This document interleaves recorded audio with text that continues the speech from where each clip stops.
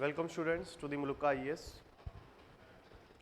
So this is basically test discussion video for the polity, and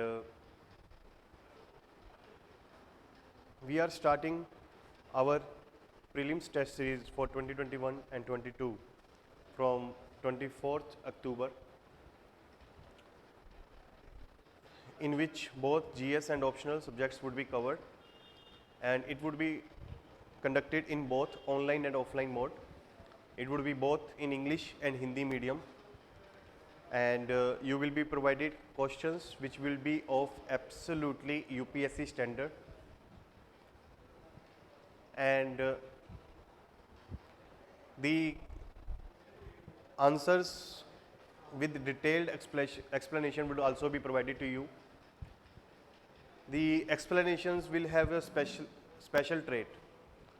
In many test series, you will find that either the explanation is given in too much detail or explanation is given in very concise manner. So sometimes candidate, when read the explanation, does not get the detailed idea of the topic, and also sometimes when it start reading explanations, the candidate waste a lot of time on explanations. So we have make our explanation in a manner that the explanation would be to the point, specific, and would be enough to answer the question and also to let you know about the different concepts associated with that question. And there would be more than 34 tests of GS in the prelims test series, and the expert faculty of each subject like polity, economy, geography, etc. would conduct the test discussions. And one more feature is there, that you will get video recordings of these tests, and also you will be given opportunity to resolve your doubt one-to-one with the faculty. So I think without much ado, we should start the discussion of the test. So this is the first question. If you are seeing this video, please answer in your mind. Let me read the statement. Which of the following statements are correct regarding electoral college for the election of President of India? It will consist of elected members of both houses of parliament. It consists of both elected and nominated member of Legislative Assembly of the states, and it consists of the elected members of Legislative Assemblies of the UTs of Delhi and Puducherry. Options are 1 and 3, 2 and 3, 1 and 2, and 1, 2 and 3. So please assume the answer in your mind. What would be the correct answer as per your view? So do answer it, A, B, C or D. So okay, so let me discuss the answer. The answer will be A, 1 and 3, because as you know, in the electoral college for the President of India, it consists only the elected members in parliament and the state legislatures. In the state legislature also, only the state legislative elected members are allowed to vote in the presidential election. The nominated members are not allowed to vote in the presidential elections, and most importantly, the state legislative council, whether elected or nominated, are not allowed to contest the presidential elections.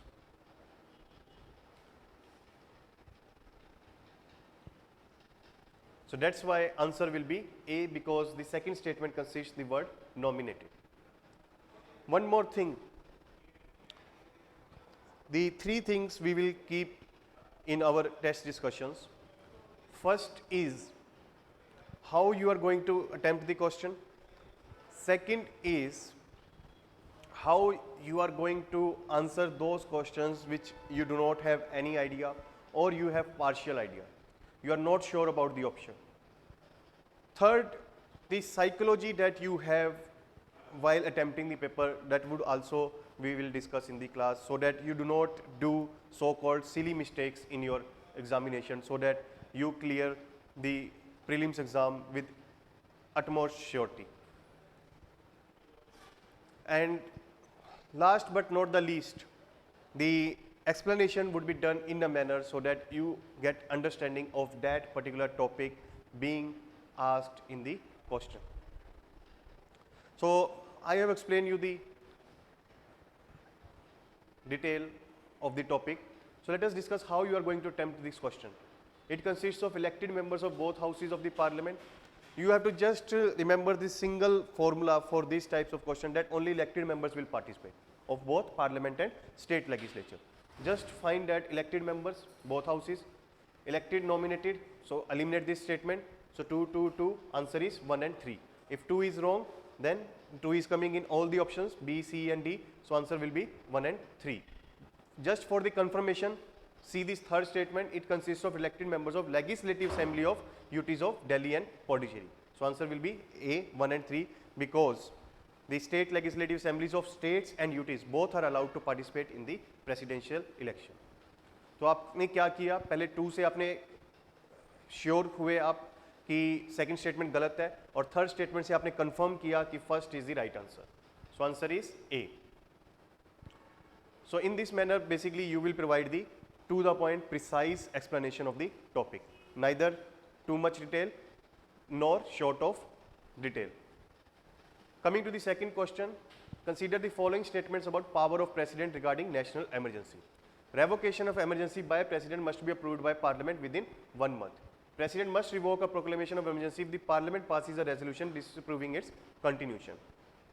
Which of the following statements are correct?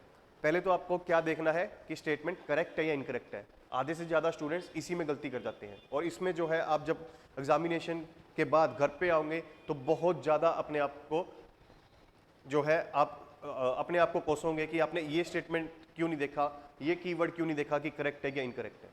उसकी वजह से आपने answer गलत कर दिया. तो आपको ये ध्यान रखना है कि करेक्ट है या इनकरेक्ट है. उसके बाद नेशनल इमरजेंसी के क्वेश्चंस को आंसर करने के लिए एक सिंपल फॉर्मूला दिमाग में याद रखना है कि नेशनल इमरजेंसी को 44 कॉन्स्टिट्यूशनल अमेंडमेंट ने because of misuse by the Indira Gandhi during 1975 to 77 by declaring internal emergency काफ़ी मिसयूज़ किया था नेशनल इमरजेंसी का. तो 44 कॉन्स्टिट्यूशनल अमेंडमेंट एक्ट में जो है इमरजेंसी के प्रोविजंस को काफ़ी स्ट्रिक्टर कर दिया था. तो रेवोकेशन है. यहाँ पे बहुत सारे बच्चे तो यहाँ पे प्रोक्लेमेशन पढ़ लेंगे, इसको ध्यान से पढ़ेंगे नहीं, जल्दबाजी में आंसर करेंगे. आपको जल्दबाजी नहीं करनी, आपको 1 मिनट तो एटलीस्ट देना है हर क्वेश्चन में, और आपको उसमें बहुत काम and composed and confident manner में आंसर करना है. कॉन्फिडेंट भी रहना है कि आपको आंसर आता है, और कामनेस भी आपके अंदर होनी चाहिए. ऐसा नहीं है कि बिल्कुल जय बजरंग बली करके जय माता दी करके आपने आंसर लिख दिया, ऐसे नहीं करना. जल्दबाजी भी नहीं करनी, हड़बड़ी में गड़बड़ी नहीं करनी. तो रेवोकेशन ध्यान से पढ़ना है, प्रोक्लेमेशन नहीं है, रेवोकेशन है. जानकर एग्जामिनेशन ने बोला है कि पार्लियामेंट को विद इन 1 मंथ अप्रूवल करना है, वो प्रोक्लेमेशन में होता है. जब नेशनल इमरजेंसी प्रोक्लेम करते हैं तब उसकी अप्रूवल विद इन 1 मंथ लेनी होती है पार्लियामेंट की. बच्चे ये रेवोकेशन पढ़ेंगे नहीं, उसको प्रोक्लेमेशन समझ के इस स्टेटमेंट को करेक्ट मार्क कर देंगे. आपको कीवर्ड जो है क्वेश्चन का वो ध्यान से पढ़ना है, ठीक है. तो इसलिए ये स्टेटमेंट गलत है, क्योंकि रेवोकेशन के लिए प्रेसिडेंट जब नेशनल इमरजेंसी को रिवोक करते हैं तो उसकी कोई अप्रूवल पार्लियामेंट से नहीं लेनी होती. दूसरी, president must revoke proclamation of emergency, parliament passes a resolution. मैंने कहा कि 44th कॉन्स्टिट्यूशनल अमेंडमेंट ने जो है इमरजेंसी प्रोविजंस को स्ट्रिक्टर किया ताकि उसका मिसयूज ना हो सके. तो यहाँ पर जो है पार्लियामेंट पास कर रही है रेजोल्यूशन को. 44 कॉन्स्टिट्यूशनल अमेंडमेंट ने क्या किया था, लोकसभा अगर रेजोल्यूशन पास करे वो भी सिंपल मेजोरिटी से, तो प्रेसिडेंट को इमरजेंसी की प्रोक्लेमेशन को रिवोक करना पड़ेगा. तो इसीलिए पार्लियामेंट नहीं है, यहाँ पे लोकसभा है, इसलिए दोनों स्टेटमेंट गलत है. Answer is D. Answer is D. उसके बाद थर्ड क्वेश्चन में देखो, judicial powers of the parliament. आपने जो है पॉलिटी में पढ़ा होगा जुडिशियल पावर्स ऑफ प्रेसिडेंट. आप इस वर्ड को देखोगे नहीं, what are the judicial powers of parliament. आप क्या पढ़ोगे, जुडिशियल पावर्स ऑफ प्रेसिडेंट. आप यहाँ पे देखोगे remove vice president, impeach president, make laws, regulate election. फिर दोबारा क्वेश्चन पढ़ोगे कि जुडिशियल पावर्स ऑफ पार्लियामेंट है या प्रेसिडेंट है. तो पहली बारी में ही आपको अपने दिमाग को संतुलित रखते हुए, बैलेंस रखते हुए ईच एंड एवरी वर्ड को केयरफुली रीड करना है. तो जुडिशियल पावर्स ऑफ पार्लियामेंट, अब आप कहोगे कि शायद मैंने ये पढ़ा ही नहीं है, मेरे तो जुडिशियल पावर ऑफ प्रेसिडेंट पढ़ा था, फाइनेंशियल पावर ऑफ प्रेसिडेंट पढ़ा था, इलेक्टोरल पावर ऑफ प्रेसिडेंट पढ़ा था, एक्सेट्रा एक्सेट्रा। तो जुडिशियल पावर ऑफ पार्लियामेंट तो मैंने पढ़ा ही नहीं, तो आपको एग्जाम में घबराना नहीं है। Just apply your common sense. Common sense हर इंसान के पास होती है, बट बहुत कम लोग होते हैं जो उसको अप्लाई करते हैं। तो आपको यहाँ पर अपनी कॉमन सेंस का अप्लाई करना है। It makes laws to regulate the elections to the office of president and vice president. Election के लिए लॉ बनाना पार्लियामेंट बना सकती है, लेकिन ये क्या जुडिशरी से कुछ रिलेटेड है? नहीं है। तो एलिमिनेट दिस। सो देखो, सी ऑप्शन और ए ऑप्शन अपने आप एलिमिनेट हो गया। आपके पास बचा क्या? 2 3 4 5 3 4 5। तो ये दोनों में 3 4 5 है, तो यानी 3 4 5 स्टेटमेंट सही है। अब आपको बस सिर्फ ये पता लगाना है कि 2 स्टेटमेंट करेक्ट है या नहीं है, सेकंड स्टेटमेंट करेक्ट है कि नहीं है। अब आप देखो second statement, it can appease the president for the violation of the constitution. अब आपके मन में डाउट आएगा कि क्या ये जुडिशियल पावर है या नहीं है। उसके लिए आप थर्ड ऑप्शन एक बार देखो, it can remove the vice president from his office. अगर पार्लियामेंट वाइस प्रेसिडेंट को रिमूव कर सकती है, वो अगर उसकी जुडिशियल पावर है, तो प्रेसिडेंट को रिमूव करने की भी उसकी जुडिशियल पावर होगी। अभी भी आपको डाउट है, फोर्थ स्टेटमेंट देख लो, रिमूवल ऑफ जजेस।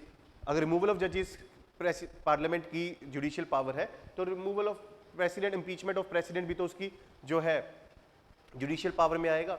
और अभी भी आपको क्लियर नहीं हो रहा, ये देखो, it can punish its member for the breach of privilege.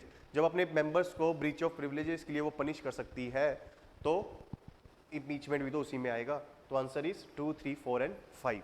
तो आपने जो है पहली स्टेटमेंट को पहले इनकरेक्ट मार्क किया, 2 ऑप्शन एलिमिनेट हो गए, फिर दूसरी स्टेटमेंट को इनकरेक्ट मार्क किया, आपको आंसर मिल गया, और तीसरी चौथी पांचवी से जस्ट आपने कंफर्म किया कि आपका आंसर सही है या गलत है, ताकि आप एग्जामिनेशन में श्योर हो कि आपका आंसर गलत ना हो। जितनी प्रीलिम्स में आपकी एक्यूरेसी होगी, उतने चांसेस आपके बढ़ेंगे टू क्लियर द एग्जामिनेशन। जितने आप जो है सिली मिस्टेक्स करेंगे, उतना जल्दी आप बाहर होते जाएंगे गेम से। तो you have to be extra careful while attempting the question. So answer is B.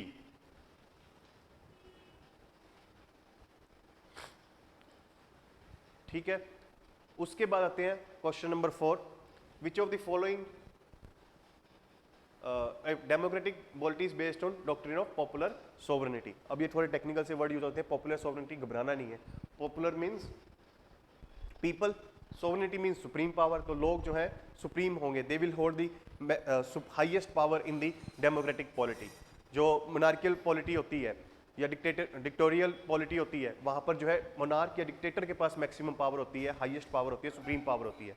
यहाँ पर किसके पास पावर है? पीपल के पास।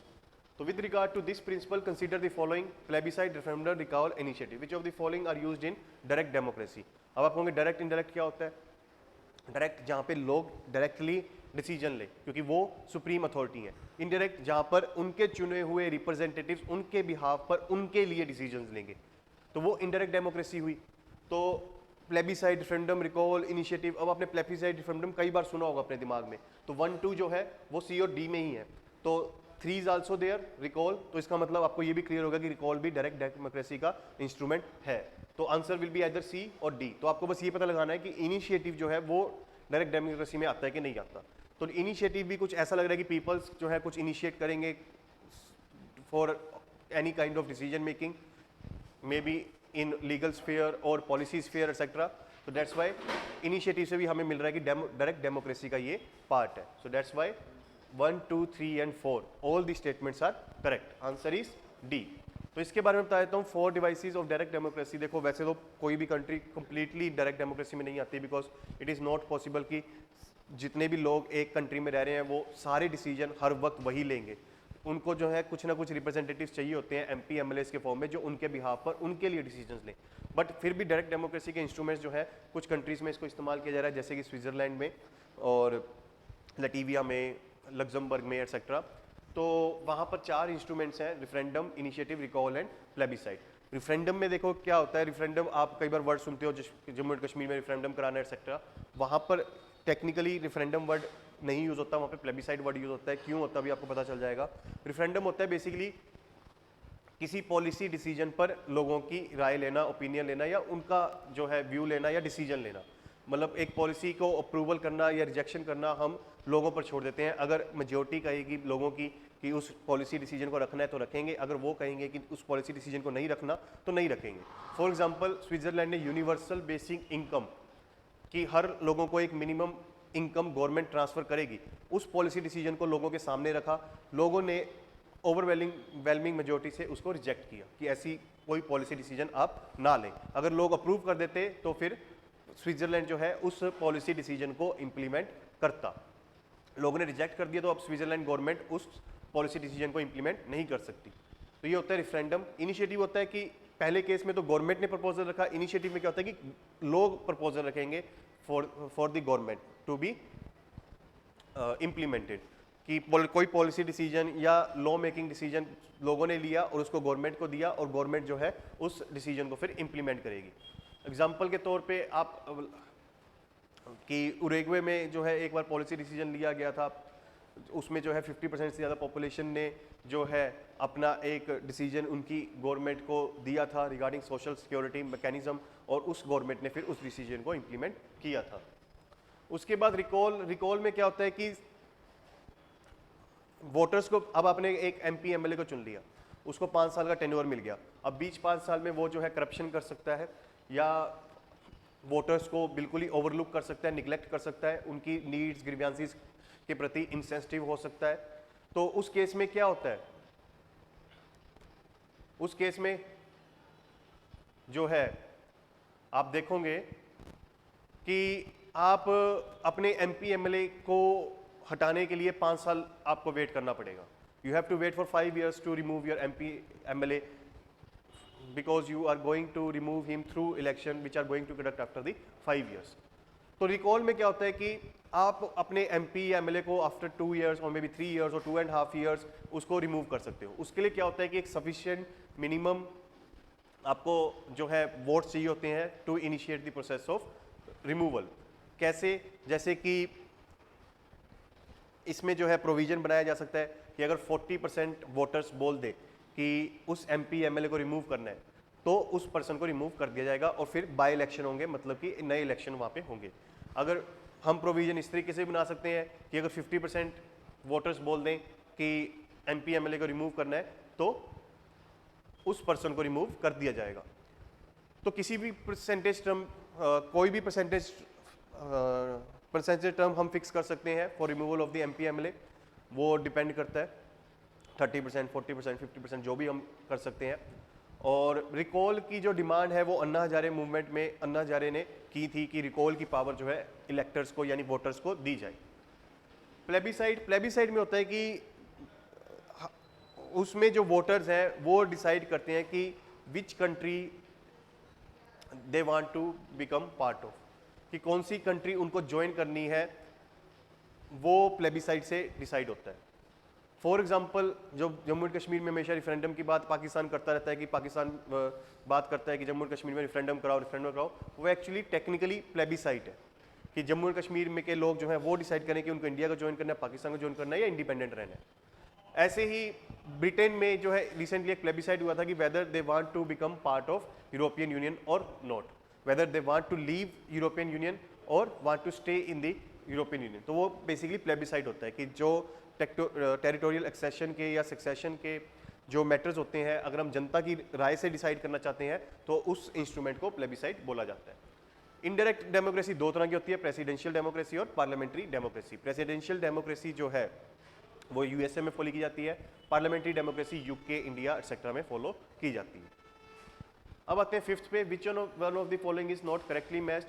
कमेटी है यहाँ पे पब्लिक अकाउंट्स कमेटी, उसमें जो है chairman member of opposition, committee on public undertaking Lok Sabha member, committee on private member bill and resolution deputy speaker of Lok Sabha, business advisory committee, finance minister committee. बहुत simple है, आप अगर ये रूल जानते हो कि ये जो कमिटीज़ हैं they are effective instrument of ensuring government accountability, तो आप इसको ईजिली आंसर कर सकते हो। बिजनेस एडवाइजरी कमेटी, अगर ये कमेटी जो है बेसिकली ये जितनी भी कमिटीज़ हैं आप देखोगे इसमें जो है मेंबर ऑफ ऑपोजिशन या लोकसभा मेंबर, डिप्टी स्पीकर, इनकी बात हुई है। तो लेकिन जो फोर्थ ऑप्शन है बिजनेस एडवाइजरी में, उसमें फाइनेंस मिनिस्टर की बात हुई है। तो फाइनेंस मिनिस्टर जो है अगर उस कमेटी के चेयरमैन बन जाएंगे तो वो गवर्नमेंट की अकाउंटेबिलिटी नहीं रख पाएगी और ना ही गवर्नमेंट की इंटरफेरेंस के बिना काम कर पाएगी। वो उसमें जो है गवर्नमेंट का कंट्रोल आ जाएगा पार्लियामेंट्री कमिटीज़ पे। तो हम चाहते हैं कि कुछ सेपरेशन ऑफ पावर रहे between the legislature and executive, इसलिए हम चाहते हैं कि पार्लियामेंट्री कमिटीज़ को मिनिस्टर चेयर ना करें। अगर वो चेयर करने लगे तो पार्लियामेंट की फंक्शनिंग को वो डोमिनेट कर जाएंगे। वो जो है पार्लियामेंट की फंक्शनिंग को एग्जीक्यूटिव डिटरमाइन करने लग जाएगा, तो जो separation of power, checks and balances का प्रिंसिपल है वो वायलेट हो जाएगा। तो इस सिंपल लॉजिक को लगा कर जो है आप इस आंसर को कर सकते हो। Answer is D, finance minister जो है वो बिजनेस एडवाइजरी कमेटी के चेयरमैन नहीं होते, बल्कि बिजनेस एडवाइजरी कमेटी को जो चेयर करता है वो है speaker of Lok Sabha and Rajya Sabha respectively, क्योंकि राज्यसभा की अपनी खुद की कमेटी है और लोकसभा की खुद की कमेटी है, और दोनों बिजनेस एडवाइजरी कमेटी इन लोकसभा को चेयर करते हैं स्पीकर, बिजनेस एडवाइजरी कमेटी इन राज्यसभा को चेयर करते हैं चेयरमैन ऑफ राज्यसभा। तो पब्लिक अकाउंट्स कमेटी, इसका याद रखना आपको 1921 में एस्टैब्लिश की गई थी by the government of India act 1919। 22 members होते हैं उसमें, 15 लोकसभा से, 7 राज्यसभा से, और इसके जो मेंबर्स हैं they are being chosen by the means of proportional representation by single transferable vote, ताकि सभी पार्टीज को इसमें रिप्रेजेंटेशन मिल सके। जिसके जितने मेंबर्स हैं लोकसभा में या राज्यसभा में, उस पार्टी के उतने मेंबर्स इलेक्ट होते हैं in public accounts committee. That is basically done on the percentage terms, कि जैसे अब 22 मेंबर्स हैं इसमें, तो कांग्रेस की जो है 52 सीट्स हैं, तो लगभग 10% सीट्स हैं उसकी लोकसभा की, तो उसको लगभग, या फिर आप total this single transferable vote by means of single proportional representation by means of single transferable vote system जो है बेसिकली प्रेसिडेंशियल इलेक्शन में एक्सप्लेन किया जाता है। तो इसमें जिस पार्टी की जितनी परसेंटेज ऑफ सीट्स हैं in the legislature, that is union legislature, that is parliament, उसमें उतनी परसेंटेज की सीट्स उसको पब्लिक अकाउंट्स कमेटी में मिल जाएगी। और इसका टेन्योर याद रखना है 1 ईयर है, कमेटी का टेन्योर 1 ईयर है, और यूजली कन्वेंशन है ये कि जो चेयरमैन होता है वो ओपोजिशन से होता है। कोई कॉन्स्टिट्यूशनल रूल नहीं है, कोई लोकसभा के रूल्स ऑफ प्रोसीजर में मेंशन नहीं है कि चेयरमैन जो है वो मैंडेटरीली ओपोजिशन से होगा। कन्वेंशन है कि जो चेयरमैन है इसका वो ओपोजिशन से होगा। उसके बाद कमेटी ऑन पब्लिक अंडरटेकिंग, वो जो है एस्टैब्लिश की गई थी इन 1964 on the basis of Christian Menon committee, और इसमें भी 22 मेंबर हैं, 15 और 7 लोकसभा राज्यसभा से। Same principle, proportional representation by means of single transferable vote, और जो इसके चेयरमैन हैं वो जनरली लोकसभा से होते हैं और उसको स्पीकर नॉमिनेट करते हैं। उसके बाद जो है बिजनेस एडवाइजरी कमेटी, ये जो है लोकसभा राज्यसभा में जो है अलग अलग होती है। बाकी 2 कमेटी जो हमने पढ़ी, public accounts committee, public sector undertaking committee, वो जो है जॉइंट कमेटी है, वो एक ही कमेटी है, बट उसमें मेंबर दोनों से लिए गए हैं, लोकसभा से और राज्यसभा से। और लेकिन ये जो है अलग अलग कमेटी है, सेपरेट कमिटीज़ हैं of each house, select committees हैं of each house, permanent standing select committees हैं ऑफ ईच हाउस। तो इसीलिए इसके जो मेंबर्स हैं वो रिस्पेक्टिव हाउस से चुने गए हैं, और इसके चेयरमैन भी रिस्पेक्टिव हाउस से ही लिए गए हैं। तो इस कमेटी के जो मेंबर्स हैं लोकसभा में वो है 15 और राज्यसभा में है 11। राज्यसभा में 11 है और लोकसभा में इसको स्पीकर चेयरमैन होते हैं, और इसके जो चेयरमैन है इन राज्यसभा वो राज्यसभा के चेयरमैन होते हैं। उसके बाद ये कमेटी करती क्या है, ये बेसिकली टाइम एलोकेट करती है for the transaction of business of the government in the legislature. अब आप कहोगे गवर्नमेंट का कौन सा बिजनेस होता है लेजिस्लेचर में, जैसे कि गवर्नमेंट को कोई बिल पास करवाना है तो वो ये कमेटी टाइम देगी कि आप 3 बजे बिल जो है इंट्रोड्यूस कर देना। गवर्नमेंट को जो है सपोज किसी रेजोल्यूशन पे अप्रूवल चाहिए, ऑर्डिनेंस पे अप्रूवल चाहिए, तो ये कमेटी टाइम देती है कि इस टाइम जो है आप ये रेजोल्यूशन पास करवा लेना या ये ऑर्डिनेंस अप्रूव करवा देना एक्सेट्रा। तो ये इसका काम होता है। एक और कमेटी होती है प्राइवेट मेंबर कमेटी, वो जो है सिर्फ और सिर्फ लोकसभा में है, डिप्टी स्पीकर इसके चेयरमैन होते हैं। राज्यसभा में ये नहीं है, क्योंकि राज्यसभा में ये वाला काम बिजनेस एडवाइजरी कमेटी ही कर लेती है। इसका काम क्या होता है कि प्राइवेट मेंबर्स होते हैं नॉन गवर्नमेंट मेंबर्स, यानी वो मेंबर्स ऑफ द लेजिस्लेचर जो यूनियन काउंसिल ऑफ मिनिस्टर का पार्ट नहीं बनते, वो मेंबर ऑफ पार्लियामेंट जो यूनियन काउंसिल ऑफ मिनिस्टर का पार्ट नहीं बनते। उसमें रूलिंग पार्टी के मेंबर्स भी आ जाते हैं, ऑपोजिशन पार्टी के मेंबर्स भी आ जाते हैं। तो जैसे कि सुब्रमण्यम स्वामी, वो मंत्री नहीं बने लेकिन भाजपा से हैं तो वो प्राइवेट मेंबर है। राहुल गांधी, वो भी गवर्नमेंट का पार्ट नहीं है लेकिन ऑपोजिशन से है तो वो भी प्राइवेट मेंबर है। तो वो भी अपने अपने बिल लेके आते हैं, रेजोल्यूशंस लेके आते हैं पास करवाने के लिए इन दी हाउस। तो उसको टाइम जो है ये कमेटी एलोकेट करती है in the Lok Sabha, business advisory committee allocate करती है in the Rajya Sabha. For example uniform civil code एक शिवसेना के एमपी लेके आए थे रिसेंटली, तो उसको टाइम दिया जाएगा कि आप राज्यसभा में इस टाइम लेके आ सकते हो, इस टाइम इस पर डिबेट करवा सकते हो, इस टाइम इसको पास करवा सकते हो, एक्सेट्रा। तो ये इस कमेटी का काम होता है। सॉरी, राज्यसभा में नहीं, लोकसभा में। लोकसभा में जो है प्राइवेट मेंबर्स के लिए ये कमेटी टाइम देगी और राज्यसभा में बिजनेस एडवाइजरी कमेटी टाइम देगी। सिक्स्थ क्वेश्चन देखिए आप, which of the following statements are correct with preamble of Indian Constitution? Preamble is source of power to legislature. Preamble is part of Constitution. Preamble cannot be amended. It is not justiciable, not enforceable in court of law. तो अब देखो, अब आपको पता होगा कि preamble तो part है भाई कॉन्स्टिट्यूशन का, ठीक है। तो सेकंड स्टेटमेंट सही हुई, तो आंसर वुड बी ए और बी और डी। चलिए, उसके बाद अगर प्रियम्बल पार्ट है तो प्रियम्बल अमेंड भी किया जा सकता है, जो कॉन्स्टिट्यूशन का पार्ट है उसको अमेंड भी किया जा सकता है, because constitution is amendable under article 368। तो इसलिए थर्ड स्टेटमेंट क्या होगी, गलत। तो यानी C is not the answer for sure. उसके बाद it is non justiciable, it is not enforceable in court of law and it is source of power to the legislature. अब इसमें क्या करना है आपको, दोनों को देखना है, फर्स्ट और फोर्थ को, दोनों जो है एक दूसरे को कन्फ्लिक्ट कर रही है। अगर प्रियम्बल पावर दे रही है,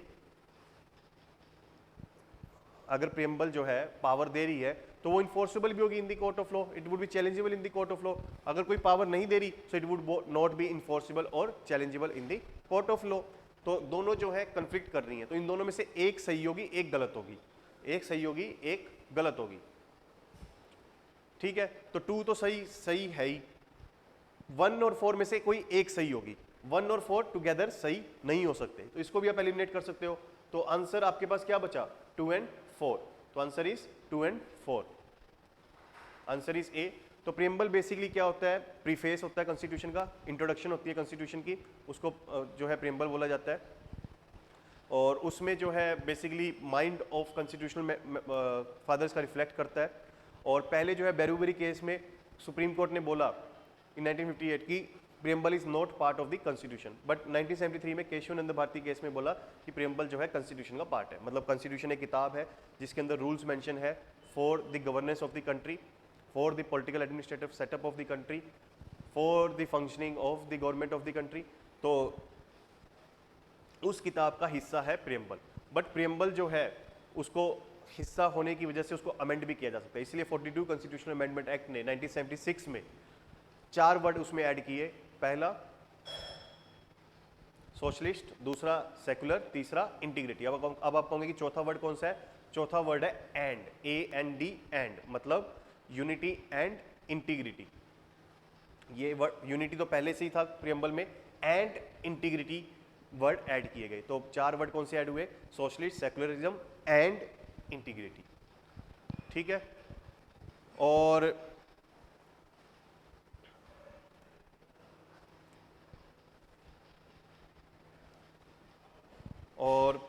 प्रियम्बल में अमेंडमेंट आप कर सकते हो, बट सुप्रीम कोर्ट ने यह भी कहा केशवानंद भारती केस में कि आप बेसिक फीचर्स को, बेसिक स्ट्रक्चर को वायलेट नहीं कर सकते, ठीक है।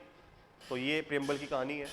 उसके बाद आते हैं नेक्स्ट क्वेश्चन पे, विच of the following veto power is used by president of India when he returns a bill for reconsideration of parliament? Absolute veto, qualified veto, suspensive veto, pocket veto. It's suspensive veto.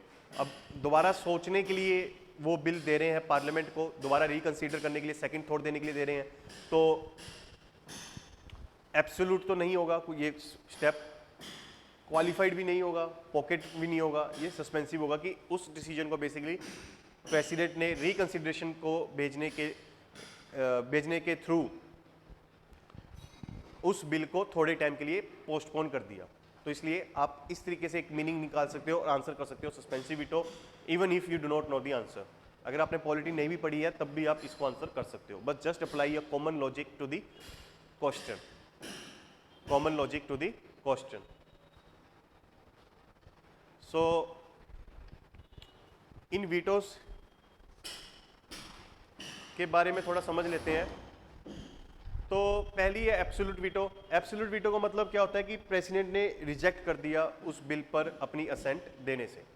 President has withdrawn it's consent over the bill, क्योंकि आप सभी को पता है कोई bill जो है law तब बनता है जब दोनों हाउस में वो पास हो, लोकसभा में पास हो, राज्यसभा में पास हो, और तीसरा प्रेसिडेंट उसको अपनी असेंट दे।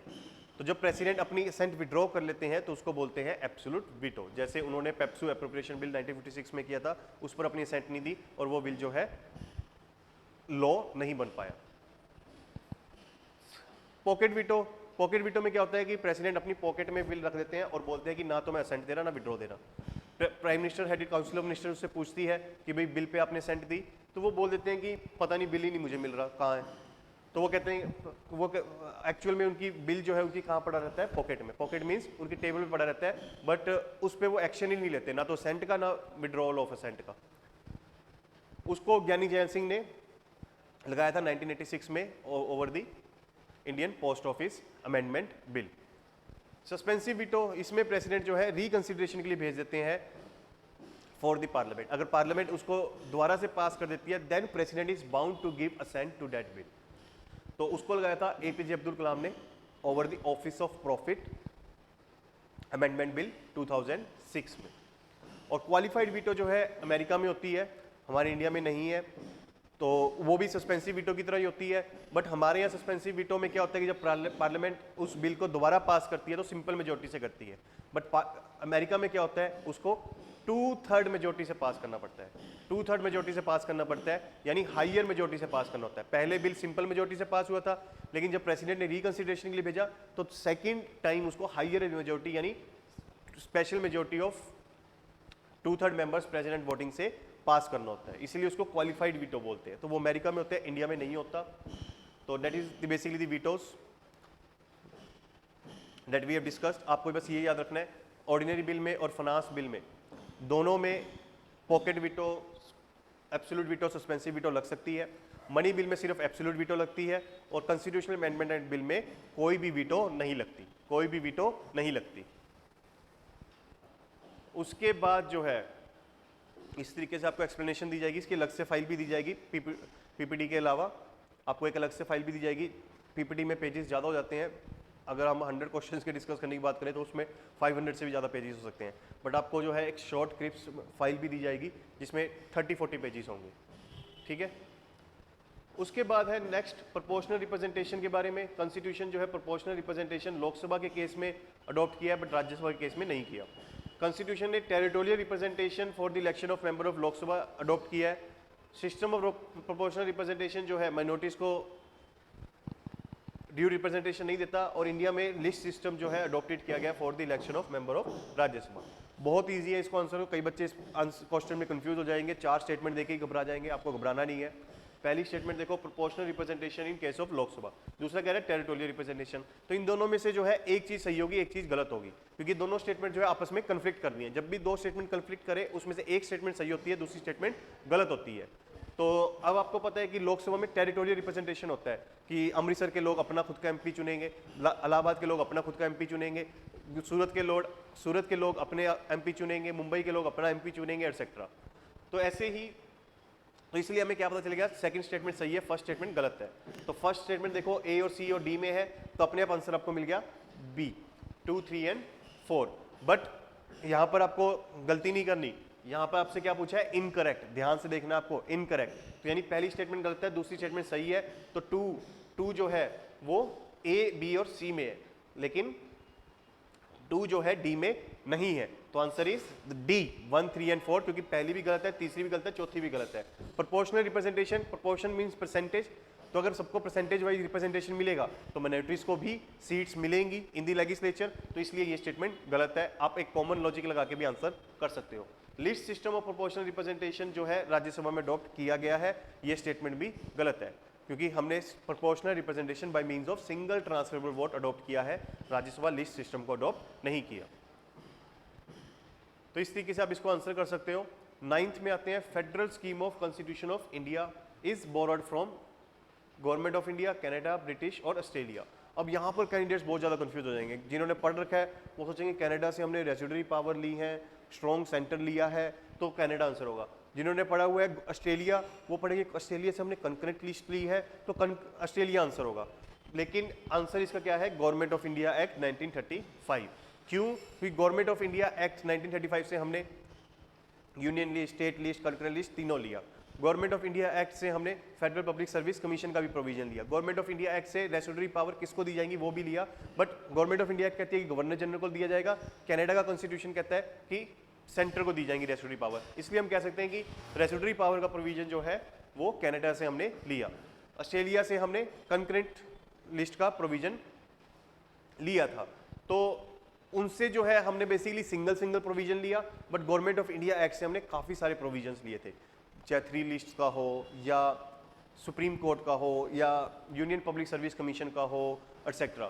तो इसलिए हम कह सकते हैं कि ब्रॉडर स्ट्रक्चर जो है वो हमने गवर्नमेंट ऑफ इंडिया एक्ट से लिया, लेकिन कुछ माइन्यूट प्रोविजंस, कोई माइनर प्रोविजंस जो है हमने कनाडा और ऑस्ट्रेलिया से लिया।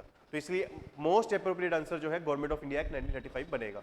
क्योंकि क्या है कि यूपीएससी में कई बार आप कंफ्यूज हो सकते हो कि एक क्वेश्चन के 2 आंसर बन रहे हैं, 3 आंसर बन रहे हैं, तो उस केस में आपको याद रखना है, टाइम नहीं वेस्ट करना, इमीडिएटली आंसर करना है, विदिन 1 मिनट आंसर करना है। दूसरा आपको याद रखना है कि जो मोस्ट अप्रोप्रिएट है उसको चुनना है। यहाँ पे most appropriate government of India act बनता है, क्योंकि फेडरल प्रोविजंस मैक्सिमम हमने वहीं से लिए हैं, तो इसलिए वो ज़्यादा बन रहा है, तो इसलिए आंसर इज ए। तो इसमें आपको याद रखना है ब्रिटिश से हमने parliamentary sovereignty, rule of law लिया, हमने जो है सिटीजनशिप के प्रोविजंस उससे लिए, तो कैबिनेट सिस्टम हमने वहाँ से लिया, executive being part of parliament यानी पार्लियामेंट्री सिस्टम हमने वहाँ से लिया, तो ये सारे प्रोविजंस हमने ब्रिटेन से लिए। कनाडा से हमने strong centre, residuary powers in centre, appointment of governors etcetera, ये सब प्रोविजंस लिए। ऑस्ट्रेलिया से हमने concurrent list, freedom of trade, commerce and intercourse और joint sitting of both houses of parliament के प्रोविजंस हमने ऑस्ट्रेलिया से लिए। तो आपको ये प्रोविजंस याद रखने हैं क्योंकि बहुत इंपॉर्टेंट है फॉर द एग्जामिनेशन। उसके बाद है last but not the least question for today's discussion, attorney general of India, which of the following statement is incorrect. Incorrect पे आपको सर्कल करना है एग्जामिनेशन में, ताकि याद रहे कि आपको इसमें इनकरेक्ट आंसर करना है। Attorney general, attorney something related to law, something related to lawyer. तो अटॉर्नी जनरल जो है प्रेसिडेंट द्वारा अपॉइंट किया जाता है, कभी भी इसको रिमूव किया जा सकता है। अटॉर्नी जनरल जो है गवर्नमेंट ऑफ इंडिया के बिहाफ पे केसेस में इन्वॉल्व होते हैं जहाँ पे गवर्नमेंट जो है लिटिगेंट है, government is a party to the dispute as a litigant और मे बी डिफेंडेंट, वहाँ पर अटॉर्नी जनरल उसको रिप्रेजेंट करते हैं। सही है, क्योंकि अटॉर्नी जनरल कुछ लॉयर वर्ड से आ रहा है, तो थर्ड स्टेटमेंट सही है। तो इसीलिए उनको पार्लियामेंट में भी प्रोसीडिंग्स का राइट है without right to vote. Without right to vote members को ही राइट टू वोट होगा, अटॉर्नी जनरल तो मेंबर नहीं है, बट पार्लियामेंट की प्रोसीडिंग्स में पार्टिसिपेट कर सकते होंगे, तो फोर्थ स्टेटमेंट को भी आप राइट मान सकते हो, क्योंकि ये कॉमन सेंसिकल लग रहा है। अटॉर्नी जनरल जो है प्रेसिडेंट द्वारा ही अपॉइंट होते होंगे, ये भी कॉमन सेंसिकल लग रहा है। ओनली अ रिटायर्ड और सिटिंग जज of supreme court can be appointed as attorney general. देखो यहाँ पे वर्ड आ गया only, only, always, every, each, ये सब वर्ड्स जो है एक स्टेटमेंट को एक्सट्रीम बनाते हैं, जिससे वो स्टेटमेंट जो है रॉन्ग हो जाती है। आप इजीली जो है आंसर कर सकते हो, answer is A. Only word आ गया, यूपीएससी में आप पिछले प्रीवियस ईयर क्वेश्चन उठा के देख लेना, जहाँ पे ये वर्ड आते हैं ऑल, एवरी, ओनली एटसेट्रा, वो स्टेटमेंट रॉन्ग होती है। तो अटॉर्नी जनरल बेसिकली गवर्नमेंट के वकील होते हैं, जहाँ भी government party to the dispute होती है उसमें अटॉर्नी जनरल जो है गवर्नमेंट को डिफेंड करते हैं। फॉर एग्जांपल CNRC केस में बोला गया कि ये अनकॉन्स्टिट्यूशनल है, या सबरीमाला केस में जो है गवर्नमेंट से व्यूज़ पूछे गए कि आपकी क्या राय है, क्या सबरीमाला में वीमेन की एंट्री अलाउड करनी चाहिए, तो उन सब में जो गवर्नमेंट का स्टैंड होता है वो अटॉर्नी जनरल जो है कोर्ट में बताते हैं, और गवर्नमेंट को डिफेंड भी अटॉर्नी जनरल कोर्ट में करते हैं। तो ये अटॉर्नी जनरल का काम होता है कि वो सुप्रीम कोर्ट, हाई कोर्ट में कोई भी केस है अगेंस्ट गवर्नमेंट, उसको गवर्नमेंट के बिहाफ पर डिफेंड करते हैं, और उनको राइट होता है कि किसी भी कोर्ट में in any part of the country उसकी प्रोसीडिंग्स में जो है वो एज अ विजिटर पार्टिसिपेट कर सकते हैं, और पार्लियामेंट की प्रोसीडिंग्स में भी पार्टिसिपेट कर सकते हैं, बट उनको वोटिंग का राइट नहीं होता क्योंकि वो मेंबर नहीं होते। पार्लियामेंट की प्रोसीडिंग्स में इसलिए पार्टिसिपेट करते हैं क्योंकि ब्रिटेन में क्या होता है कि उनका लॉ मिनिस्टर ही उनका अटॉर्नी जनरल होता है, उनका लॉ मिनिस्टर ही गवर्नमेंट को डिफेंड करता है in the court of law. तो लॉ मिनिस्टर जो है उस by being the member of parliament also उसको राइट होता है to take part in the parliamentary proceedings. तो हमने वो प्रोविजन ब्रिटेन से ले लिया और बोले कि अटॉर्नी जनरल को हम जो है एक प्रिविलेज देंगे to participate in the parliamentary proceedings, इसीलिए हमने उसको वो राइट दिया, बट हमने उसको वोटिंग का राइट नहीं दिया क्योंकि वो मेंबर नहीं है। और जब वो पार्लियामेंट की प्रोसीडिंग्स में पार्टिसिपेट कर सकता है तो उसको मेंबर ऑफ पार्लियामेंट के प्रिविलेजेस भी दिए जाते हैं, जो भी मेंबर ऑफ पार्लियामेंट के प्रिविलेजेस होते हैं वो अटॉर्नी जनरल को भी दिए जाते हैं। और सरकार के वकील हैं तो सरकार यानी प्रेसिडेंट उसको कभी भी अपॉइंट भी कर सकते हैं और उसको कभी भी रिमूव भी कर सकते हैं। तो जो अटॉर्नी जनरल की क्वालिफिकेशन होती है वो क्या होती है, ही should be qualified to become the जज of the supreme court. A person desirable of becoming attorney general should be qualified to become the जज ऑफ सुप्रीम कोर्ट। तो इसका मतलब क्या हुआ कि उसको सुप्रीम कोर्ट का जज होना मैंडेटरी नहीं है, और उसके बाद ड्यू क्वालिफिकेशन होनी चाहिए कि वो जो है सुप्रीम कोर्ट का जज बनने के लायक है। तो वो क्या है, सिटीजन होना चाहिए, एडवोकेट का एक्सपीरियंस होना चाहिए 10 साल का, या हाई कोर्ट में जज वो होना चाहिए फॉर 5 ईयर्स। 5 ईयर्स आपको याद रखना है, फॉर 5 ईयर्स। तो इन 3 कंडीशंस में कोई पर्सन जो है सुप्रीम कोर्ट का जज बनता है, और वही 3 में से कोई 2 कंडीशंस जो है अटॉर्नी जनरल को फुलफिल करनी है। मतलब कि चाहे तो वो सिटीजन हो, सिटीजन तो रहना ही है, मैंडेटरी है, कंपलसरी है। दूसरा, ईदर 5 ईयर्स के लिए हाई कोर्ट का जज रहा हो या 10 साल के लिए एडवोकेट रहा हो हाई कोर्ट में या सुप्रीम कोर्ट में, तो उस पर्सन को जो है अटॉर्नी जनरल बनाया जा सकता है। अटॉर्नी जनरल बनाया जा सकता है। ज़्यादातर जो एडवोकेट्स होते हैं जिनको 10 साल से ज़्यादा एक्सपीरियंस होता है, जो सीनियर एडवोकेट्स होते हैं सुप्रीम कोर्ट के, उन्हीं को अटॉर्नी जनरल बनाया जाता है। जैसे कि के वेणुगोपाल जो है इस वक्त एट प्रेजेंट हमारे अटॉर्नी जनरल है। उससे पहले मुकुल रोहतगी थे, सोली सरबजी भी थे, एटसेट्रा। वो सब सीनियर लॉयर्स थे और उनको किसी पॉइंट ऑफ टाइम में अटॉर्नी जनरल जो है अपॉइंट किया गया था। तो आपको ये याद रखना है कि सुप्रीम कोर्ट का जज या हाई कोर्ट का जज जो है अटॉर्नी जनरल नहीं होता, he should be qualified to become the supreme court जज। और सुप्रीम कोर्ट का जज कोई पर्सन कैसे बन सकता है, सिटीजन होना चाहिए, हाई कोर्ट का जज 5 साल तक रहना चाहिए और 10 साल का उसको एडवोकेट का एक्सपीरियंस होना चाहिए। तो बेसिकली जो 10 साल से ज़्यादा एक्सपीरियंस वाले एडवोकेट्स होते हैं इन सुप्रीम कोर्ट, उन्हीं को अटॉर्नी जनरल बनाया जाता है। ठीक है, तो ये हमने 10 क्वेश्चन डिस्कस कर लिए। इस तरीके से क्लास में डिस्कशन हुआ करेगी। हर फैकल्टी का पढ़ाने का अंदाज अपना होगा, बट फॉर्मेट सेम है कि क्लास में आपको जो है स्किल्स भी सिखाई जाएंगी of answering the question which you have partial idea और you may not have any idea at all. उस टॉपिक की डिटेलिंग भी आपको कराई जाएगी, और उसके बाद जो है अलग से आपको एक PDF भी दी जाएगी जिसमें क्वेश्चंस और आंसर्स होंगे। वो शॉर्ट PDF होगी, उसमें जो है to the point specific explanations होंगी, और वो भी आपके साथ शेयर की जाएगी। क्लास की PPTs भी आपके साथ शेयर की जाएगी एटसेट्रा। और we will make every effort to make sure that you clear the prelims examination. ठीक है, so that's all for today. I wish you all happy learning and thank you very much to all of you.